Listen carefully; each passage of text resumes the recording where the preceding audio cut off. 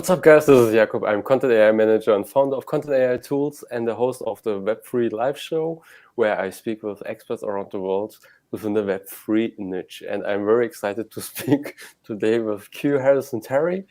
Hey, welcome. What up? What we got? We on the Web3 show, so we got what? That's one. We gotta find three. You gotta find three things around you. Three things around you. I'm gonna challenge you. We're gonna see who wins. I have one, so I'll have to find two more. But you've got to find three things of Web3 that represent you right now. Let's go. Let's live. Come on.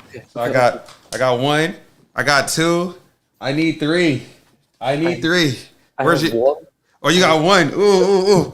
Does this count? Do action cams count? No? Can I use that? Do I need something else? Not really. That doesn't count? All right. Oh man. I got something. I have a rose. You got a rose. Hold on. I think I have something. Ooh, that counts, right? Yeah, that's a good thing. Okay, that counts. Then we can rock with that. All right, then I think I hit my quota. Okay, you won. I think you won. No, man, it's not a contest. The Web3 is so new. You can't win. We're all learning, right? We are all taking L's in this every day. I always say it's the Wild West of the internet, but I interviewed somebody who's in the legal department. He said, no, it's not Wild West. We have rules. It's not Wild West. But I always think there are no rules still, I think. But it's so new territory for many people, right? I mean, it is. It's an evolution. Every time you see things change, it becomes uncomfortable. People start to build, and uncertainty and various things become very ambiguous. And in that process, you have to just understand that, yes, it is like the Wild Wild West. It is like outer space. And there's a ton of companies that exist to help us guide through some of the challenges, some of the problems, some of the proposed solutions even still need time and guidance, because what we thought would have worked at one point in time just simply won't be the case moving forward because of some new issue that's arisen through some new unforeseen change. And, because of that, I understand what you mean by saying that this is the Wild Wild West. I started off as Cowboy QT. Then I evolved into NFT QT. So for the people that really do know me, I agree with you. I used to have the cowboy hat and I used to say, yeah. But how did you start? So what were the first steps that you made when it comes to Web3? What was your starting journey? Man, that's a great question. So I've always been a techie. Like, technology and emerging technologies have always been something I've been into since I was like 6, 7 years old. Like, I mean, you saw I was just able to just grab all these random things around me, man. I'm always looking at what's the latest and greatest, whether it be 6 different smartphones, like this is the new Fold, but it's got the new case and all that stuff on it, right? Like, to, looking at, how things come together. And so quite naturally in 2013, I was in college and I got this email from this company that we now know as Coinbase. And they had this campaign where they were saying, hey, buy Bitcoin, we'll give you some Bitcoin and open an account, create an account. So I'm in college and someone's saying they're going to give us free anything. You're going to just pay attention. That got my attention. Then I was captivated because it was this whole promise of digital money. And I was like, wait, this Bitcoin thing is like super fascinating. So I opened an account, invested a little in Bitcoin back then and had fun. Just was along for the ride, but didn't take it serious. And I didn't take it serious until about 2015. That's when we started a company called 23Vivi. It was one of the world's first digital art marketplaces. It was actually powered by the Bitcoin blockchain because Ethereum didn't exist at that point. And when I was doing that, I really, really, really started to see the beautiful becomings of what would now be called Web3 and decentralization. Yeah. What are the ingredients for anybody who doesn't have a clue about Web3, who's maybe grown in Web2? What are the ingredients of Web3? First off, if you're watching a Web3 show and you don't know about Web3, watching a Web3 show and you don't know about Web3? I mean, yeah, I know something about Web3. You know something about Web3. I'm saying the people that's watching, I hope you know something about Web3. But if you don't, here, I'll catch you up in about 60 seconds. Web3 is the whole concept of taking the control and giving it back to the user. Like, the internet as we know it and just society as we know it has been controlled by centralized organizations and structures. And when you break out away from that, there hasn't really been any protocols or standards or governance structures to make that said thing happen. Like, if you don't go to Facebook, how do you use a social media account? If you don't go to Google, how do you use a web browser? How do you search? Some of these things just hadn't been figured out. They've been owned by monopolies or duopolies or just big behemoths in their industry. And that has some pros and cons. Some of the pros are when those companies make decisions that don't align with our core values, you don't have much of a say-so. Web3, the whole premise of it, and the reason why largely a lot of people are getting behind it and you're seeing all these force multipliers come to life in the world, is because people are attached to this concept of being able to govern and control and have access to their data at their time. And it might not make a lot of sense to you today because this is the wild, wild west. Like, if you said, oh, well, who cares about my metadata? Like, it's not a big deal. But on the flip side, you could have said that. And a lot of people did say that in 2010. I went back to 2010 because there were a lot of people saying, hey, you should own your data. Be careful what you post on social media. It could come back to haunt you. It's 2022. And I mean, for real, I don't even have to say, I mean, I can go pound for pound. Like, you know, there's people that are being ridiculed for things they did and said online 10, 15 years ago. There are people that have changed and they want to forget, you know, some of the things that they've done or they might have caused harm to, but the web doesn't allow for that. Or maybe someone has unnecessary pictures of you or a loved one or someone that you know, and they're leveraging that in a spiteful way. By putting control and some checks and balances amongst the people in the space, we create this whole world or economy that we know as decentralization. I'm not saying that this is the utopian, this is going to fix everything, but what it does do is it allows for you to have control over the things you buy online, the things you say online, the things that people monopolize about you online. I mean, like I said, go back to 2010, you look at a company known as Facebook, or now formerly known as Facebook, now known as Meta. Dude, they made billions of dollars off our metadata. And they're not alone. It's not just that company. I'm not just trying to silo them out. They're just probably one of the more famous companies to ever do it. But it's because you don't exactly know what's going on, and you wouldn't even know how to deauthorize consent of your usage of your metadata if you were given a test on how to do it. And Web3, the whole premise here is to make that stuff easy. It's to allow people to create interoperability in ways that don't exploit the users of the system. And I think that's really cool. There's a lot of fascinating books and theories out there about Web3. Like, the best thing I could tell you is we know some of the technologies of Web3. We know some of the proposed solutions. But anybody that's coming to you and saying they know exactly what Web3 is going to be or what it looks like, you know, it was a trick question when I asked you, we're on a Web3 show. Do you know about Web3? Nobody knows what Web3 is. And if they tell you they know what Web3 is, have them prove to you that they are from the future and they've seen things you've never seen before. But my friend, you wrote the Metaverse handbook and also the NFT handbook. By the way, which one was first, the NFT or the NFT handbook? Man, come on, you already know. We got that out the door ASAP. It's a great book too.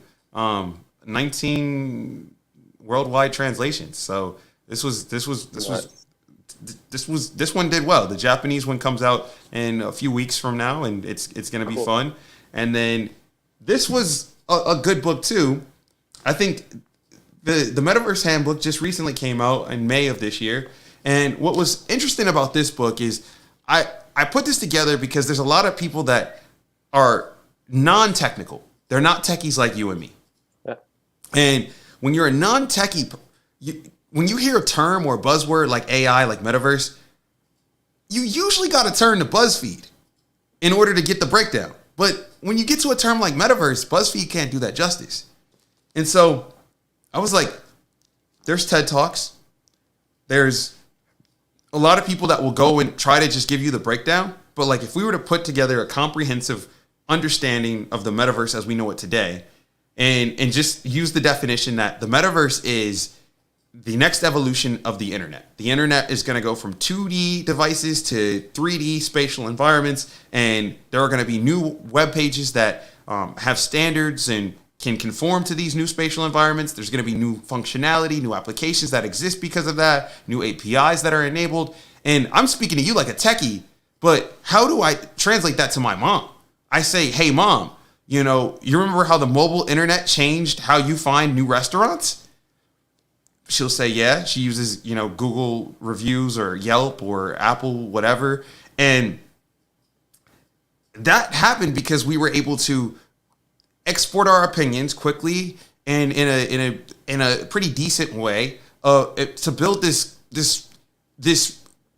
accessible understanding of the world around us. And like that, every place, every business you visit, the craziest thing is they have a review graph, like a social graph that is pegged to Yelp or Google or another, like Baidu in China. Like there's so many different like things that can plug into this social review graph. But the thing is like that is enabled because of the mobile internet. The metaverse, we've seen games like Pokemon Go. We've seen creators like CK Bubbles. I've talked about these examples extensively. In the book, we talk about, someone that gets paid to make screenshots happen. Joe Hunting. Like this dude literally hit screen record, made a whole documentary. It's called We Met in Virtual Reality. Took it to Sundance, did his thing there. HBO bought it. You can watch it on HBO Max or Go today. Like, it's crazy. That's cool. The metaverse is here, y'all. The metaverse is here. So one thing, you explained it. Okay, I got it.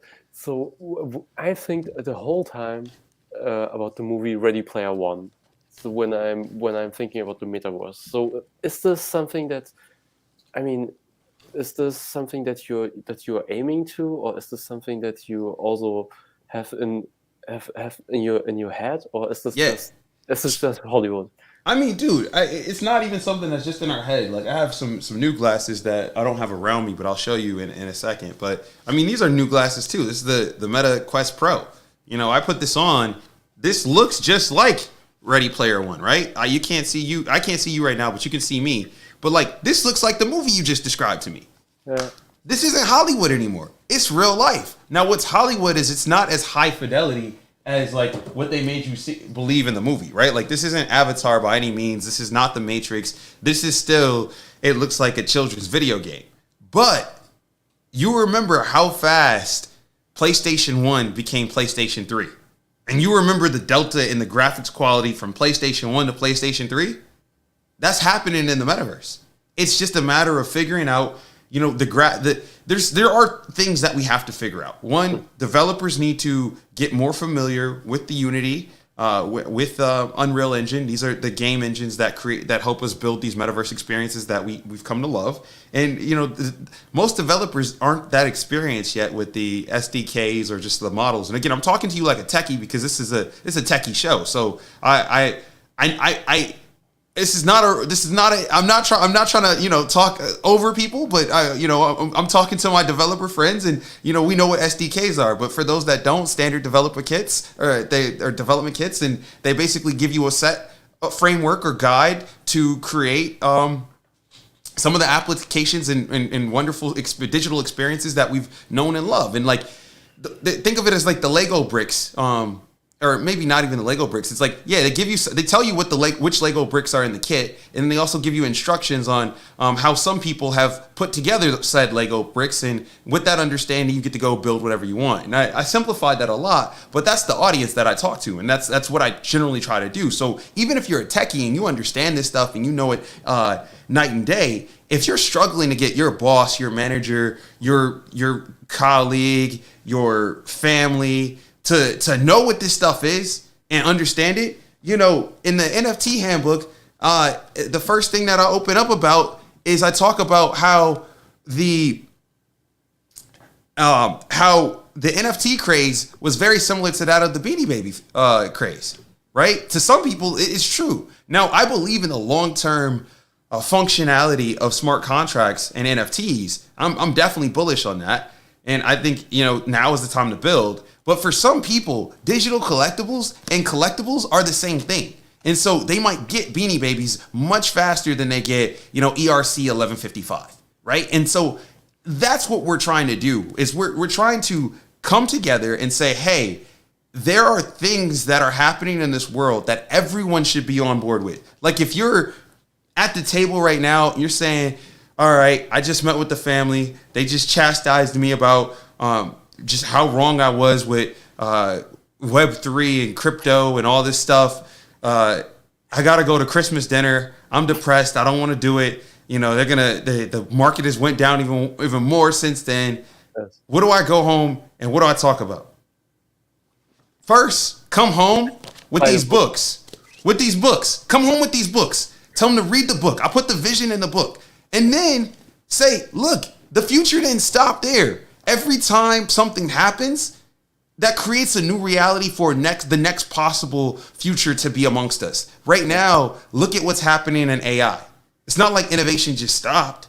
We talked about AI. AI was a buzzword, still is a buzzword for many, many years. It's like when the buzzword of the metaverse got bad, when the buzzword of crypto got bad, AI started to pop back up. And if you haven't been paying attention, generative AI is crazy right now.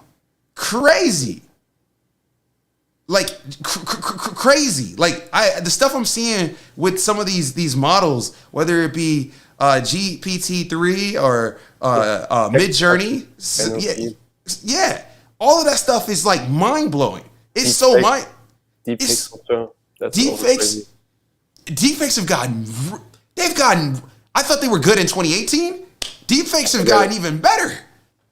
I have a separate show where I focus on content AI tools, basically. And I'm also using deepfake software. And I uploaded myself as a digital avatar and created deepfakes with my own face and my own voice. So even if I can't be in front of the camera, I can create videos with deepfake software. That's really crazy. Check out Synthesia AI. If you have used it, I use it. Yes. Oh, that's what you use? Yeah. So if you're in Synthesia, next time you go in there, scroll down. You'll see me in there. Really? Yeah, I was one of the first people to be in Synthesia. If you scroll down, you'll scroll down and you'll see it. Next show, just scroll down, you'll see it. You can use it as B-roll. I will check it, definitely. I use Synthesia and I use also QuHarrison, which is, in my opinion, one of the best within the market currently. They create really cool stuff. So you see how this is what I mean by Web3. There's a lot of, no one has the complete packet. No one has the complete information. And I don't even propose to you in any of my books, like we have the complete information. What I do say is like, look, this is the best information that I could compile and put together with some of the brightest minds on the planet that I have access to. And, we set precedent because we do go to a publisher. And when you go to a publisher like Wiley, I mean, they make textbooks for a living, right? They're big, so they're about the facts. I can't go there and just shill some random Bitcoin project. It's not gonna pass muster. And so the cool thing about that is I'm trying to give people trusted resources because I think one of the things that we are so devoid of when it comes to Web3 right now is trust. There's not a lot of trust, and the people that have it are doing great. Gary Vee is killing it right now because he has trust. People will ride with him in a bear market or a bull market because they trust Gary Vee. And they trust that no matter if it's raining, if it's sunny, if it's hazy, they're going to go outside and follow their leader. And it's not just leaders like Gary Vee. That's not the model. The model is trust. You have to build a community, and that community needs to trust. I see a lot of communities on Discord, and now I see a lot of communities on Facebook groups and email lists. I'm seeing digital communities pop up everywhere. But every single one I go to, it's like the people don't even know who the people that created the project are. They don't know the name. They barely know the avatar.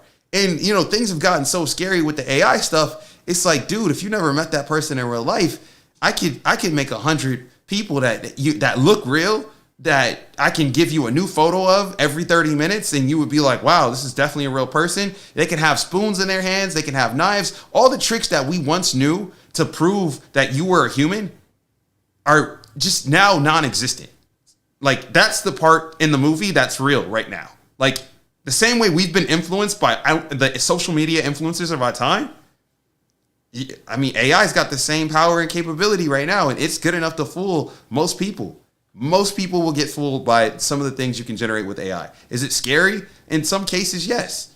Is it exciting? As a techie, you should be super excited. And if you're not using these AI tools, like how I get on the show and you're saying, hey, I got a separate show where we're using these tools. I have a deep fake. You're already getting fluent in the information and the technologies that are available to you. If you are going into school right now, about to be a freshman in college, man, you should definitely learn how to use AI tools to your advantage.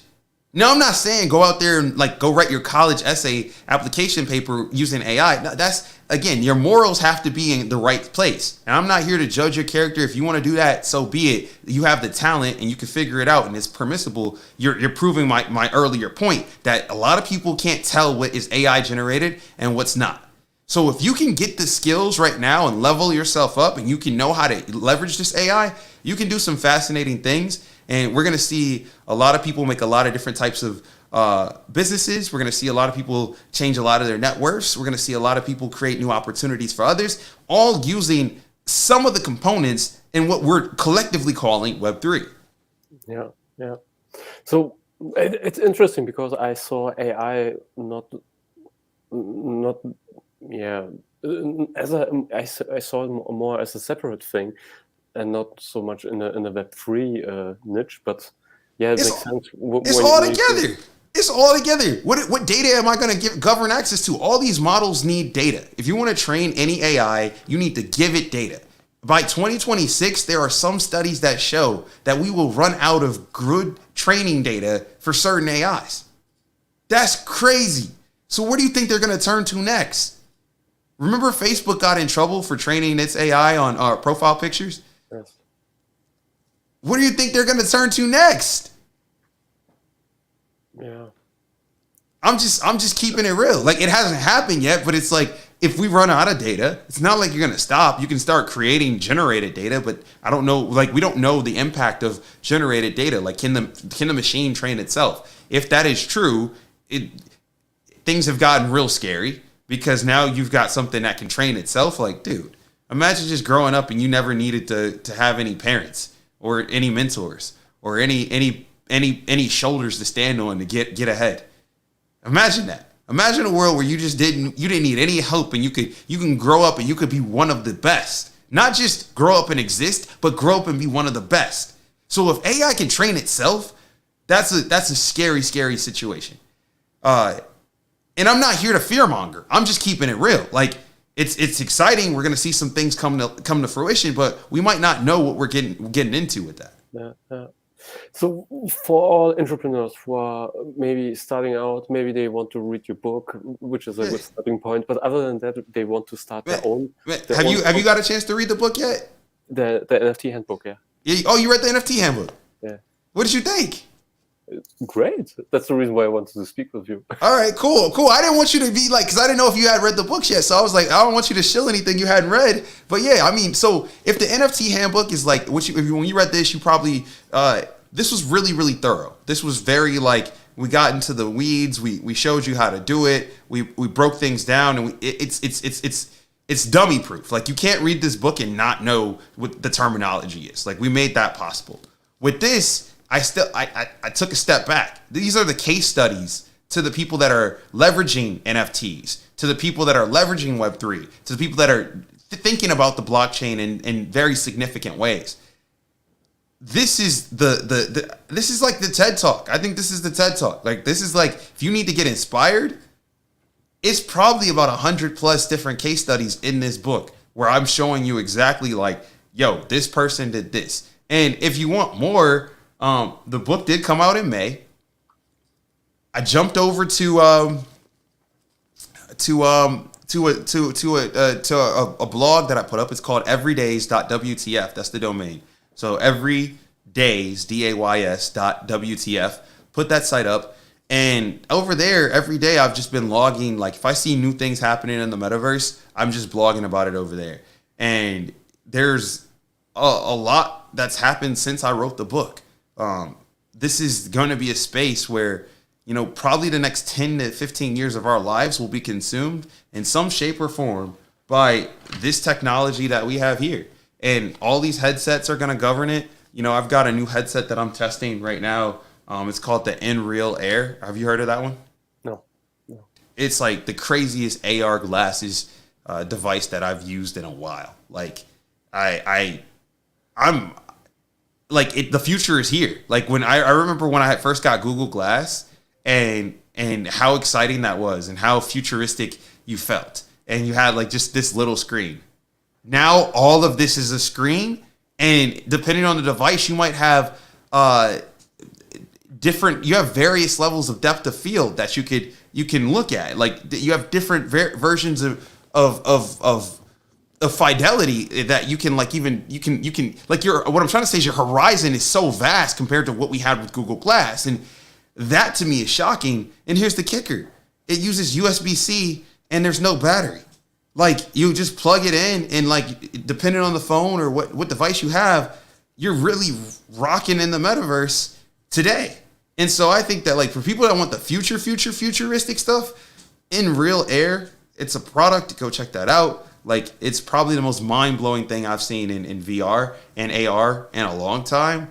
And it's like one of those it's an XR device because you can do VR. You can basically make your fully opaque front view, or you can take that off and you can see the world in front of you. You can still have all your content and just happening in real time. And it's crazy because you can take a walk outside, have like a YouTube video in like the corner of your horizon, have like Google Maps in like the other corner of your horizon, and then still see the world in front of you. And that's in 2022.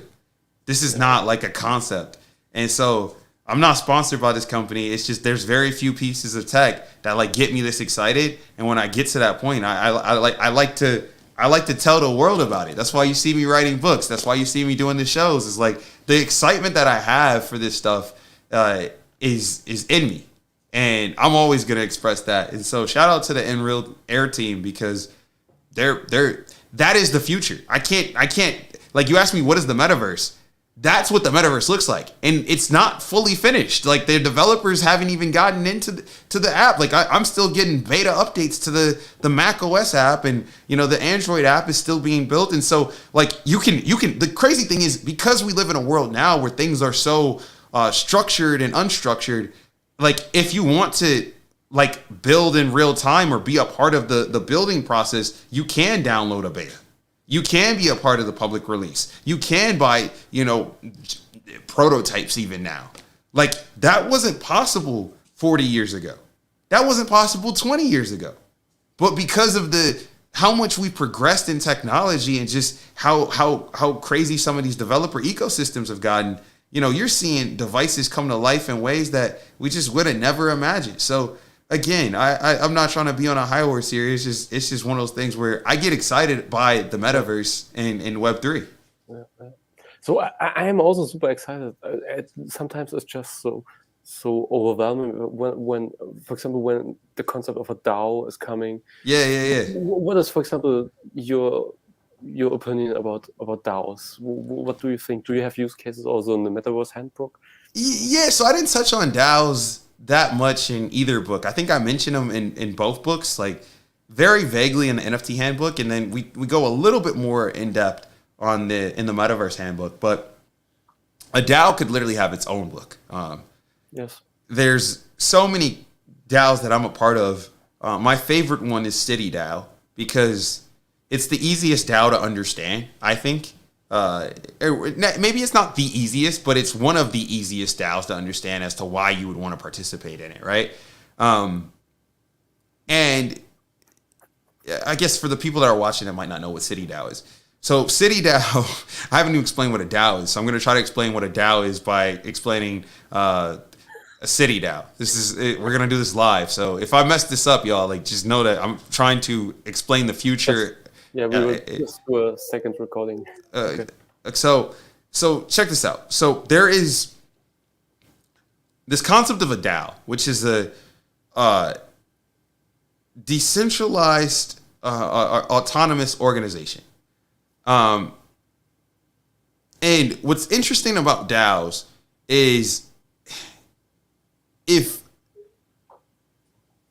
there was a way to explain like when you make a smart contract like person to person, you basically have an NFT or I mean that's literally what an NFT really is, right? It's like I make one of one object, it becomes a digital collectible. There, we basically have a smart contract where we assign a value to said collectible. You buy said collectible. There might be in that smart contract or agreement terms or rights that the actual holder or owner could get, and so you now trade money or digital currency for exchange for that item, and you get access to the digital collectible and some of the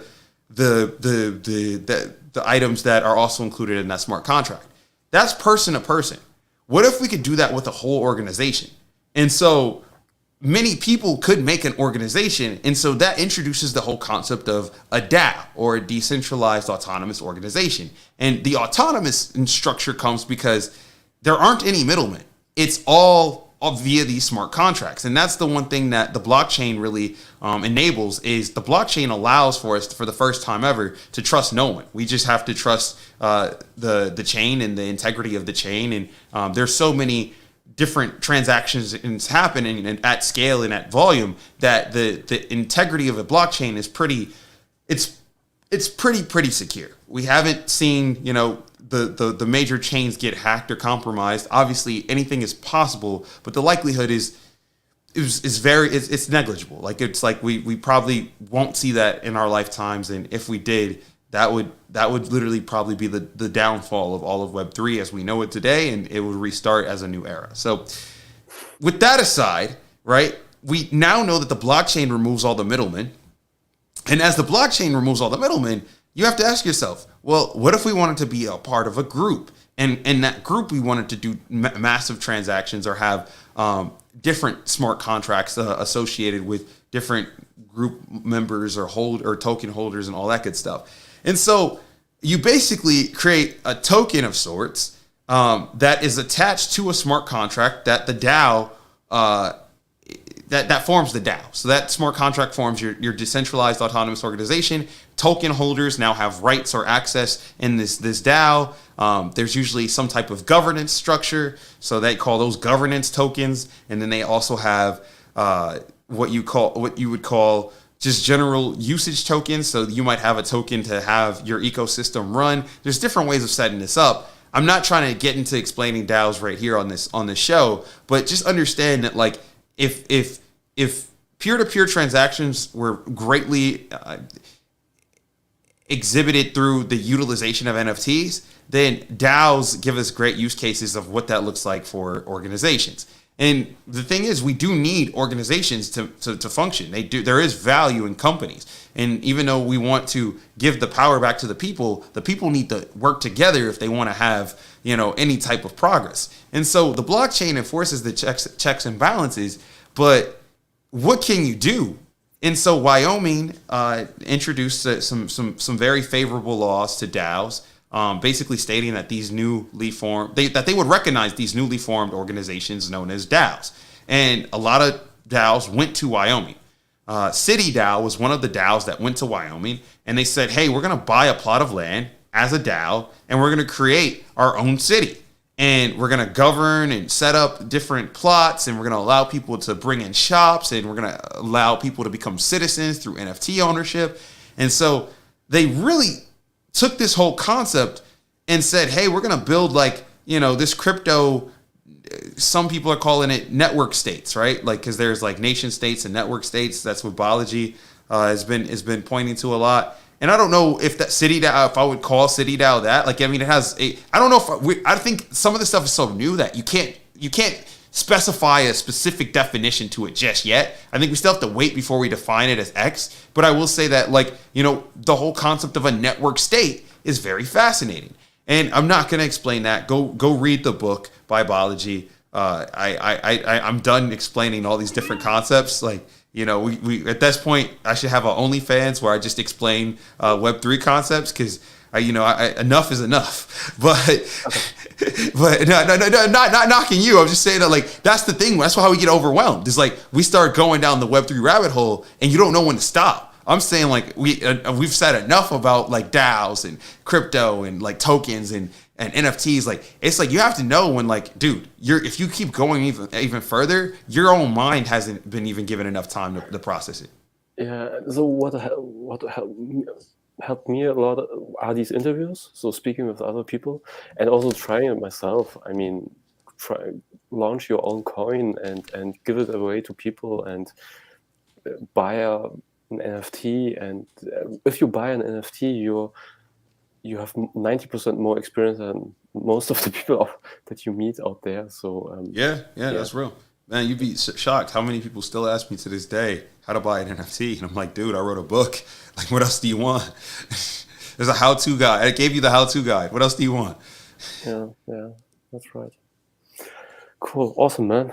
So very inspiring. And but at the same time, I think, I have to read the book. The middle.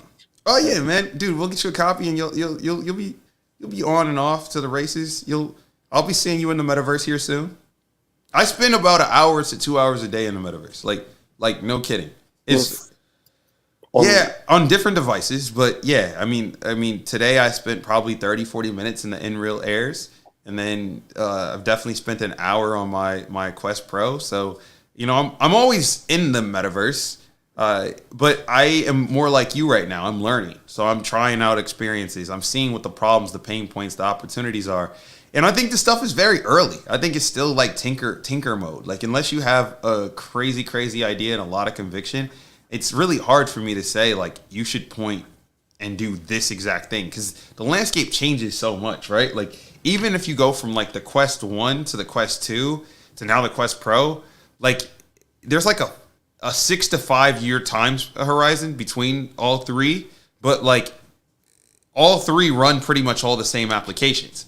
So to me, they're still all Gen 1, maybe Gen 0 devices, because we haven't even seen the unleashing of the potential of what could be here. We're still getting people acclimated to the interface, figuring out what form factor is working, how to get like the ergonomics right, and the design, and how to talk about it, really. I remember the first Oculus, the Oculus Go. And I mean, it wasn't the first Oculus, but it was the first mainstream consumer usage Oculus. And like, it was Oculus Go. I mean, most people only had that device to like look at movies, like content, like they were watching Netflix. It was like they were marketing it as like a Netflix device. And it was like, come on, guys, like Netflix, if I got to put this thing on, press this button and do all these things just to get into Netflix, it's probably, that's not going to work out.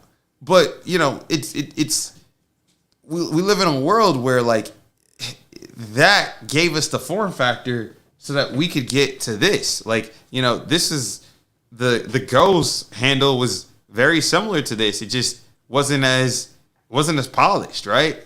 And, you know, we went from that to this. And this is super futuristic, right? So we're still figuring out the controls, the inputs, and the interfaces. And once we get this dialed in to a point where like developers are comfortable with it, it's very easy for all different types of people to use. That's when I think that this stuff will get the most exciting, and we'll start to see the changes that we all are expecting. Awesome, man. That sounds really cool. Well, so what gets you excited about the coming years for the next 2, 3, 4, 5 years? Man, 5 years in the metaverse. I think like just being able to like work with people in a new capacity. Like, I think that the ability to create in the metaverse, and I'm excited to see like the Photoshop of the metaverse. I'm excited to see like the like app to, like, you know how like we lived in an era where we literally watched a programming language come to life. If you use a device known as the iPhone, or any of the iOS devices, the iPad too, or even an iPod Touch, if you remember that. If you've ever used any of those devices, Apple switched the code. It went from Objective-C to Swift, and it's happened in our lifetimes. I think that was like 2013.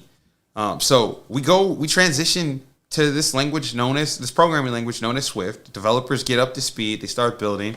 And today, there's a lot of Swift developers. Back then, there wasn't that many. But Swift is so crazy that you could actually run a whole you can program applications for the iPad on the iPad. You can run Swift code on the iPhone. Like, that's crazy. So we've watched these computers go from being reliant on other code that wasn't really made or built for them natively to now, there's whole code bases and libraries that are not only built for the device, but also executable and compilable on said device. The inception there is crazy, but that's a glimpse into where we're going. Even when we talked about AI being able to train itself and generate the data, it's where it feeds and gains understanding itself. We're going into this world where the tools that we find utility in from an entertainment and communication standpoint are the next platforms of the future. And on those platforms, you'll be able to build whole worlds and economies that just weren't possible a few years ago. And so that's what I'm most excited about. I'm most excited to see what will people build, what are the tools that people will use to build said things, and then ultimately what economies is that going to lead to. This subscription economy was greatly enabled by the introduction of mobile and a lot of the digital wallet stuff that we had all thought about for many years, but it was really Apple Pay and Shop Pay and PayPal that took e-commerce to places we had never ever seen. And so I'm most excited to see that happen. What does the App Store of the Metaverse truly look like? And I don't think what we see today is reminiscent of anything of what's to come. Super excited. Yeah, super curious what will happen. Thanks for the inspiration. For sure, man. I had a great time. I'm excited to see your deep fake. I'm gonna go mess around with it. We can let our deep fakes. They should go do content together. So we should let our AIs. We did the real thing, and we should see if the AIs can make a better show. I don't think my AI could. It's not that nice.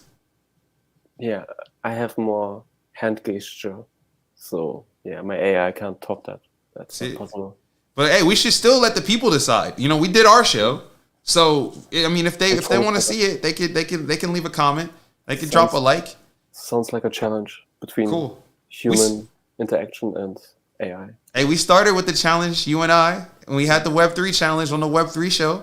And we now are going to end with the challenge for our Web3 avatar counterparts. Sounds good. Awesome. Cool.